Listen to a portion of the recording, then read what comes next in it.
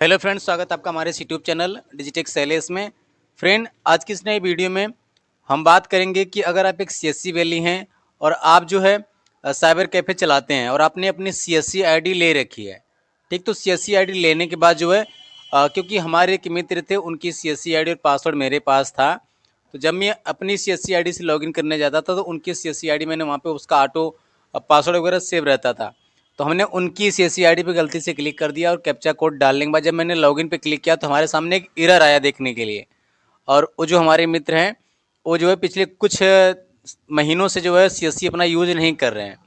तो वहाँ पे जो नोटिफिकेशन मैंने देखा तो मुझे अपडेट के बारे में पता चला जो है कि अगर आप एक सीएससी आईडी ले रखे हैं और आप उस पर काम नहीं करते तो आपके साथ क्या हो सकता है, आपको कौन सी परेशानी झेलनी पड़ सकती है, ठीक ना। तो उसके बारे में आज हम आपको बताने वाले हैं। वीडियो बहुत छोटी सी होने वाली है। सीएससी आईडी लेने का तो प्रोसेस फ्रेंड आपको मालूम होगा कि 2025 में, अभी के समय में 2026 में आप जब भी हमारी ये वीडियो देख रहे हैं, सीएससी आईडी लेने के लिए आपको आईआईबीएफ का एग्ज़ाम क्लियर करना होगा, टीईसी एग्ज़ाम क्वालिफाई करना होगा। इसके बाद आप उसकी ट्रेनिंग वगैरह लेते हैं, तब आप सीएससी आईडी के लिए अप्लाई कर पाते हैं। अप्लाई करने के बाद अगर आप सीएससी आईडी ले लेते हैं, लेने के बाद अगर आप उस पर काम नहीं करते हैं तो आपकी सीएससी आईडी बंद हो जाती है। और बंद होने का एरर हमारे सामने अभी आप देख सकते हैं। हम पहले लॉगिन पे क्लिक करते हैं चल के। सो इस पे आने के बाद फ्रेंड देखिए, हम यहाँ पे अपनी सीएससी आईडी और पासवर्ड डाल के लॉगिन कर लेंगे, ठीक ना। जैसे कि मैं यहाँ पे एक कैप्चा कोड फिल कर देता हूँ। इसके बाद हम जैसे ही साइन इन बटन पर क्लिक करेंगे हमारा लॉगिन हो जाएगा, बट हमारे सामने एक ऑप्शन आएगा, ठीक ना। ये मैं इसको क्लोज करता हूँ। अभी देखिए हमारे सामने एक ऑप्शन आ चुका है यहाँ पे कि जिस भी हमारे मित्र की आईडी है वो जो है पिछले कितने दिनों से काम नहीं कर रहे हैं। साल में 365 दिन होता है, लेकिन ये 303 दिन हो चुका है इनको लास्ट टाइम ट्रांजेक्शन किए हुए। तो जब इनकी आईडी मैंने लॉगिन किया तो हमारे सामने ए एरर आने लगा, ठीक ना। तो यहाँ से आप क्या कर सकते हैं, जैसे मान लीजिए आपने काम छोड़ दिया, सीसी का दुकान आप बंद कर दिए, कहीं चले गए हैं, तो आप अपनी सीएससी आईडी को वैसे मत रखिए। आप उसको अगर बंद करना चाहते हैं आप उसको परमानेंटली बंद भी कर सकते हैं। उसके लिए यहाँ पे सरेंडर सीएससी आईडी का एक बटन मिलेगा आपको, आप इस पर क्लिक करेंगे और आगे का प्रोसेस आप करेंगे तो अपनी सीएससी आईडी को सरेंडर भी कर सकते हैं, ठीक है। तो आपके एरिया में अगर कोई और सीएससी आईडी लेना चाहेगा तो हो सकता है आप उसको भी जो है सीएससी आईडी अलग से अलॉट की जा सके, ठीक ना। या फिर आप अगर कुछ महीने से काम नहीं किए, जब आप लॉगिन करते हैं लंबे समय बाद, तो आपके सामने अगर इस तरह का एरर आता है तो यहाँ पे अगर आप उसको बाद में कंटिन्यू लेकर चलना चाहते हैं तो आप यहाँ पे पे नाउ का बटन मिलेगा। आप पे नाउ पे क्लिक करेंगे तो हो सकता है आप इसका रिन्यूअल चार्ज इसको माने, ठीक ना। यहाँ पे देखिए रिवाइवल चार्ज यहाँ पे आपको 100 रुपीज़ पे करना होगा, ठीक ना। डिजिटल सेवा पोर्टल के वॉलेट में आपको 100 रुपीज़ डालना होगा। इसके बाद आप अपनी सीएससी आईडी को फिर से चालू करवा पाएंगे। और आपको मालूम होगा कि सीएससी आईडी अगर आपने ले रखी है तो उसमें आपको हर महीने जो है बायोमेट्रिक वैलिडिटी लगानी मैंडेटरी कर दी गई है। या आप हर महीने लगा सकते हैं। अब 3 महीने में एक बार जब आप लॉगिन करेंगे, आपका 3 महीने हो जाएगा तो आपको अपना बायोमेट्रिक देना होगा, ठीक ना, सीएससी वैली के लिए। तो जिनका बायोमेट्रिक वहाँ पे नहीं हो पाता है उनकी आईडी जो है वहाँ पे इनएक्टिव मानी जाती है, क्योंकि वो ट्रांजेक्शन वगैरह नहीं कर रहे हैं। तो उनके सामने जब वो लॉगिन करते हो इस तरह का एरर आ गया है।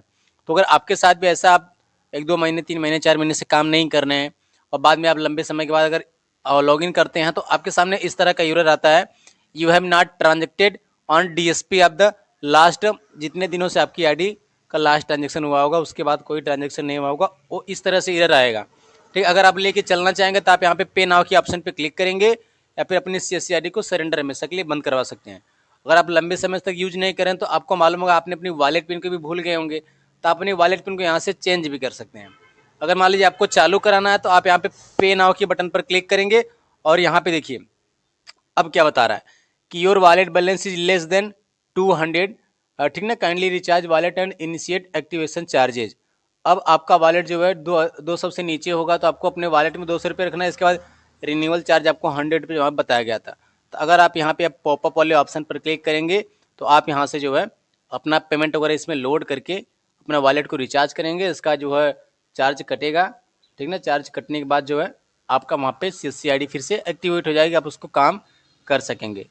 तो ये जब मैं अपनी आईडी लॉगिन करने गया तो हमारे सामने इनकी भी आईडी थी, तो मैंने गलती से उस पर क्लिक कर दिया, कैप्चा कोड मैंने डाल के और लॉगिन पे क्लिक कर दिया, क्योंकि लास्ट में हमारा जो सीएससी आईडी है और इनका भी लास्ट में वही डिजिट था, तो हमें पता नहीं चला। और जैसे हमने लॉगिन किया तो मैं सोचा यार मेरे साथ ऐसा क्या होगा कि मेरी सीएससी आईडी में तो डेली जो है इसमें जो है ट्रांजेक्शन करता रहता हूँ। तो हमें बाद में पता चला कि इनकी सीएससी आईडी है।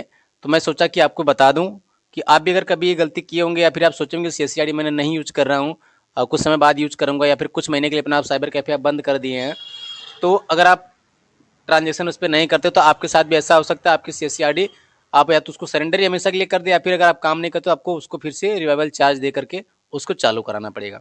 और फ्रेंड बहुत लोगों को लगता है कि CSC में जो है कमाई नहीं है, तो मैंने CSC के टॉपिक पर जो है बहुत सारी वीडियोस बनाई कि CSC सेंटर खोलने के लिए क्या क्या लगता है, कौन कौन सी सामानें लगती हैं, और CSC सेंटर पर काम करने के लिए आपको कौन कौन से जो है काम आप कर सकते हैं, कितना चार्ज ले सकते हो, सब कुछ स्टेप बाय स्टेप मैंने बताया हुआ है। और CSC में मेन पर्पज से आप कितनी कमाई कर सकते हैं, कौन कौन सी सर्विसेज हैं जिनको बिना CSC ID कोई प्रोवाइड नहीं करा सकता है, तो उन सभी वीडियोज़ को अगर आप देखना चाहते हैं तो लिंक आपको डिस्क्रिप्शन बॉक्स में मिल जाएगा, आप उन सभी वीडियोज़ को देख सकते हैं। तो बस आपको इस वीडियो में यही बताना था फ्रेंड कि आप भी अगर ऐसा करते हैं, आप यूज नहीं करते तो आपकी CSC ID बंद हो सकती है, आप इस बातों को ध्यान में रखें। अगर आप बंद हो गई है, इस तरह से ऑप्शन आ रहा है, तो आप उसको फिर से चालू भी करवा सकते हैं। सो आशा करते हैं फ्रेंड कि ये वीडियो आपके लिए यूजफुल साबित हुई होगी। अगर आपका CSC से रिलेटेड कोई कन्फ्यूजन है, कोई डाउट है, कोई क्वेश्चन है, तो आप मुझे कमेंट बॉक्स में पूछ सकते हैं।